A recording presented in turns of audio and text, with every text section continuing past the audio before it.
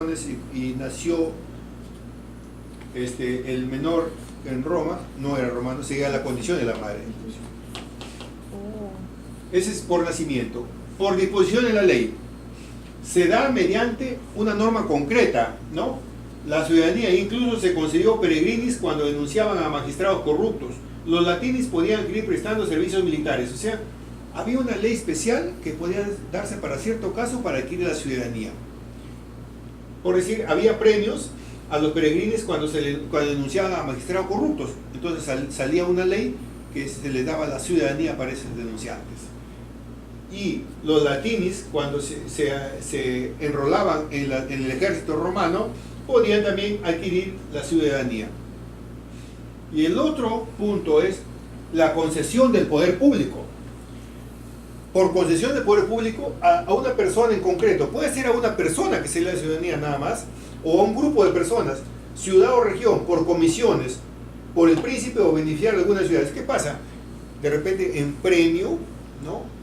Algo bondadoso del emperador, o no sé, que le otorgaba la ciudadanía a una persona o a un grupo de personas, o a una ciudad o a una región. Pero tenía que ser concesión del poder público, podía ser otorgado por el gobierno, por el Estado romano. Y la manumisión, ese es el otro aspecto de adquirir la ciudadanía. Todos los esclavos que eran manumitidos adquirían la libertad o la ciudadanía. Depende de lo que lee su amo, ¿no? Aunque hubo leyes como la Lex Lunia Narbona y la Lex Aelia Santia, que permitía solo ser peregrini o latini, hubo limitaciones. Más eran estas tres. Lo de acá era un poco más complicado porque un esclavo para adquirir la ciudadanía era bien difícil, ¿no? Más podía ser libre y podía tener la condición de peregrini, o sea, fuera del radio de Roma, de la ciudad romana, o latini.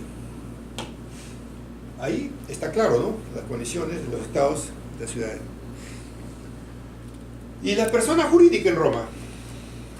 Sabemos que ahora actualmente también ya hemos hablado de la persona natural, ¿no?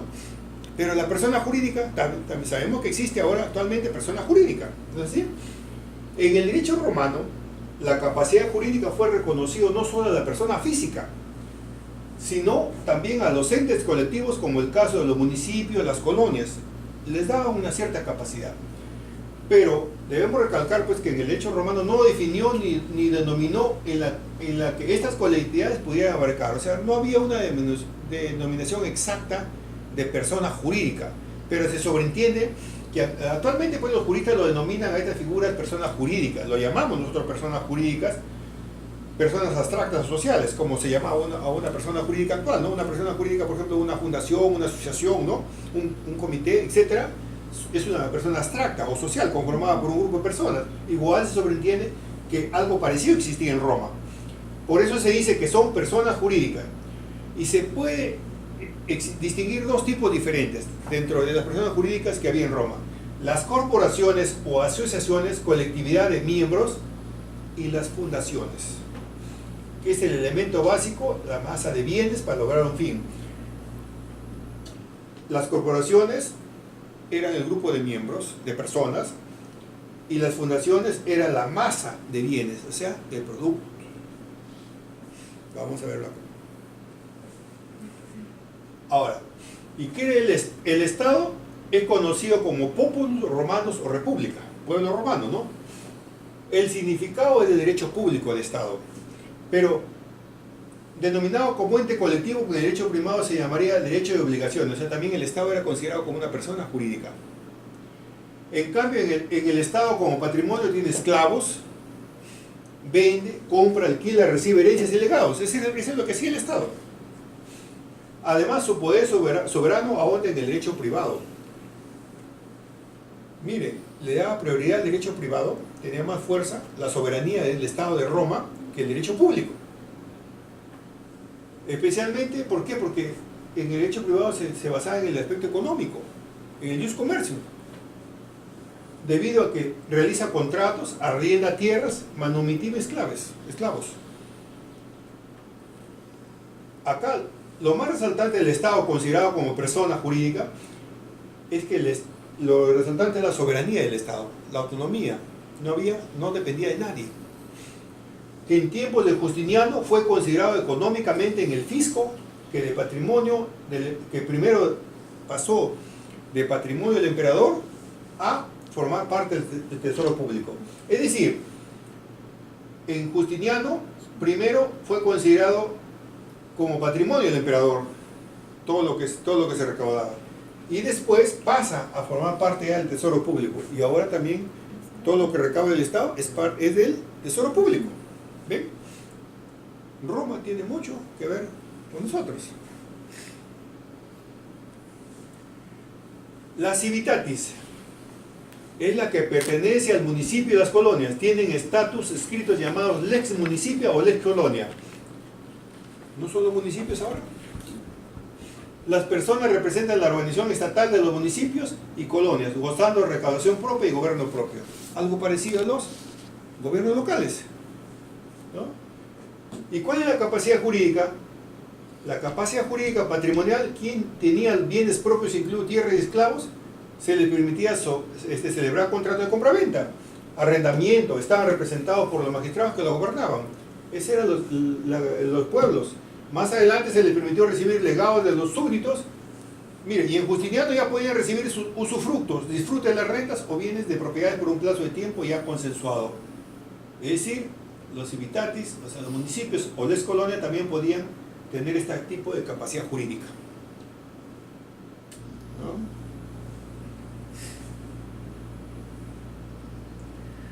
Las colillas, o sea, soldaditas. ¿Y qué eran las colillas soldaditas? Hablamos que eran corporaciones privadas y voluntarias creadas solo para un fin determinado, ¿eh? Las colillas, solamente para un fin determinado, no eran para todo fin. ¿Y quiénes eran los colillas soldaditas? ¿Qué grupos eran? Por ejemplo, estaban considerados los colegios, los sacerdotales. Estaban los gremios profesionales asalariados del Estado también, estaba incluido entre ellos. Asociaciones funerarias y de cuidado de sepulturas, se sabía en aquel entonces. Pero ya para ello la ley de las 12 tablas ya les da reconocida la libertad del derecho de asociación. Miren, ahora no hay libertad de asociarse. Primero abarcamos el principio constitucional, toda persona puede formar parte de una asociación, toda persona, hay libertad de asociarse. Pero también en el derecho civil, en el Código Civil, también hay las asociaciones, ¿no? Pero la limitación era que su fin debía ser lícito, no ilícito, pues, ¿no? Ahora también. La ley Julia disuelve todo, la ley Julia más adelante disuelve todos estos colegios. Pero ¿con qué fin? Con la finalidad de crear nuevos colegios, a excepción de los de carácter religioso. A ellos sí no los tocó. No se sabe, pues, si hubo reconocimiento de personalidad jurídica, eso es lo que hasta ahora no se entiende, todavía no se ha logrado descifrar. Tampoco se ha identificado la responsabilidad jurídica de sus miembros. Por ejemplo, ahora, actualmente, si hay una asociación o una persona jurídica, a veces hay responsabilidad en uno de sus miembros, ¿no es así? No se ha identificado si existe esa responsabilidad de los miembros, de algunos de sus miembros, en Roma.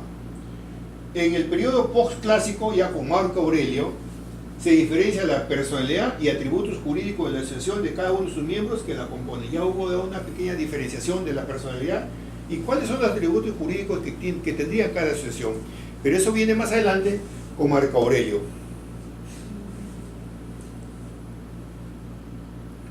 ¿Y qué eran las fundaciones? Pues ahora existen también fundaciones, ¿no es así? Cuando hablamos, se define como la masa de bienes a un determinado fin. Estamos hablando de la masa de bienes a un determinado fin. Esas eran las asociaciones en Roma, las fundaciones. Lo que se hacía era atribuir por medio de una donación o compraventa o mortis causa, o sea, por una herencia, por un legado o testamento. Entonces, este patrimonio que quedaba sujeto a un fin deseado a una determinada persona, pero esa persona era una corporación, ¿no? Para ello quedaban esos bienes, lográndose la misma finalidad que si se hubiese creado una persona jurídica más. Lo que pasa es que estas fundaciones dejaban bien por legado, dejaban bien por compraventa, por donación, y pasaban a formar parte como una persona jurídica más. Miren, la herencia yacente, o sea, las hereditas lacens, es el caudal hereditario, es la masa. El periodo de tiempo entre la muerte y la repartición, miren, atentos acá, lo voy a mostrar.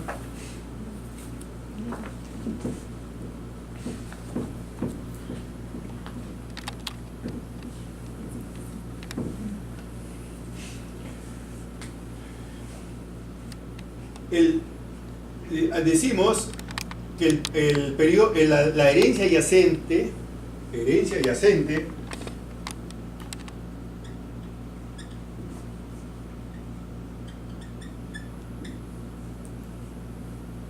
había un periodo, ¿no es así? Dice, el periodo de tiempo entre la muerte y la repartición, se supone que acá muere la persona, ¿no es así?, que va a donar. Muere. Y acá viene la donación, ¿no es así? Pero acá hay un periodo, un intervalo de tiempo que los romanos lo consideraron bastante importante. Vacío, ¿no? En ese periodo de tiempo, es un tiempo vacío, acá entre la muerte y la donación. Perdón, entre la muerte y la aceptación. Pues, que acepte esa donación o ese legado. A esto lo llamaban, que dice que este periodo de tiempo lo llamaban que estaba yacente la herencia. Todavía no se sabía si iba a ser aceptada o no. Entonces, especialmente se daba esto cuando los herederos son extraños. Por decir, si el heredero era extraño, se supone que había un periodo de tiempo, no se sabía si iba a aceptar o no lo que había dejado la persona que murió. Y en ese lapso de tiempo, ellos le dieron una denominación que se le llama la herencia yacente. ¿Ve? Ahí está claro, ¿no? A diferencia de la herencia vacante es diferente, miren, ¿eh? Porque nunca va a tener un heredero titular. Una cosa es herencia yacente y otra cosa es herencia vacante. La herencia vacante se supone que la yacente no tiene heredero, la yacente no tiene heredero, pero espera tenerlo hasta que lo acepte, ¿no es así? Pero la herencia vacante es que nunca va a tener, pues. O sea, nunca va a tener un heredero titular. No se sabe, no existe. Ahora, por ejemplo, la herencia a una persona que fallece y tiene muchas viviendas, y cuando no tiene ninguna persona a quien heredar, no hay ningún familiar, nada, ¿a quién va? No va a la beneficencia pública. Podríamos decir lo que se llama la herencia, la herencia que no tiene heredero, o sea, la herencia vacante. Los juristas dicen que tienen de la herencia yacente la concesión de considerar el patrimonio hereditario como una entidad económica independiente. Bueno, ese es el concepto que le dan los juristas ahora. Pero lo que hay que diferenciar acá, lo importante es que hay herencia yacente y herencia, y que la herencia que no va a tener ningún heredero, que es la herencia vacante. Dos tipos de herencia, la yacente y la herencia vacante. La herencia vacante es que no va a haber heredero titular, y la herencia yacente es que está a la espera de la persona que se acepta o no acepta esa herencia. Eso es. El matrimonio, pasamos al derecho de familia rápidamente.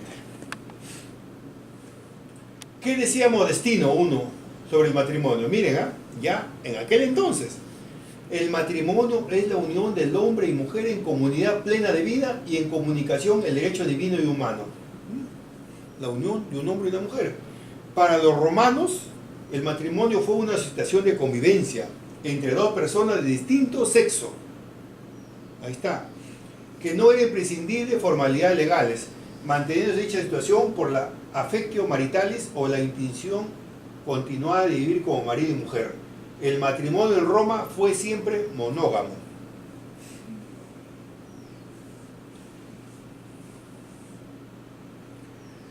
¿Cuáles eran los requisitos para contraer matrimonio? A ver, si se pasan al tiempo de Roma. Capacidad natural. En Roma se exigía la edad mínima de los 12 años para las mujeres y 14 para los hombres. En la época de Justiniano se prohibió el matrimonio a los eunucos, mas no a los impotentes. Y la capacidad jurídica para contraer matrimonio era el ius civile, el hecho civil. Los extranjeros no podían contraer matrimonio salvo que Roma les diese licencia especial. Así las uniones de un ciudadano extranjero era conocido como matrimonio injustum. O sea, para contraer matrimonio deberían ser libres y tener la ciudadanía romana, y solo los hijos del matrimonio quedaban sometidos a la patria potestad del pater familia. En realidad tenían que tener capacidad jurídica, capacidad natural para poder contraer matrimonio. Eso es lo que les exigía en Roma. Y el consentimiento también, que era importante. La mujer dependiente de un tutor debía contar con la autorización en caso de ser dependiente del pater familia. O sea, tiene que dar autorización. En caso de ser dependiente del pater, debía contar con la autorización de este. O sea, el pater familia también debería autorizar. Y si dependía del tutor, el tutor también debía autorizar. En la época de Augusto, si el pater familia, negaba injustificadamente la autorización, los contrayentes podían solicitar al juez que supliese dicho consentimiento. Claro, si el pater, y si este les otorgaba, podían celebrar el matrimonio. Si el pater familia les negaba, entonces podían solicitar al juez para que otorgue autorización. ¿No parece ahora también? Cuando solicitan autorización al juez para contraer matrimonio, así. Ahora, la jurisprudencia clásica también ha ido negando importancia al consentimiento del pater. Mire lo que sería. E incluso se entendió que si el padre, o sea el pater, no se opusiese expresamente al matrimonio, o sea, negaba o no decía nada, estaba entendido que consentía con él mismo, bajo el principio de que el que calla otorga, ¿no?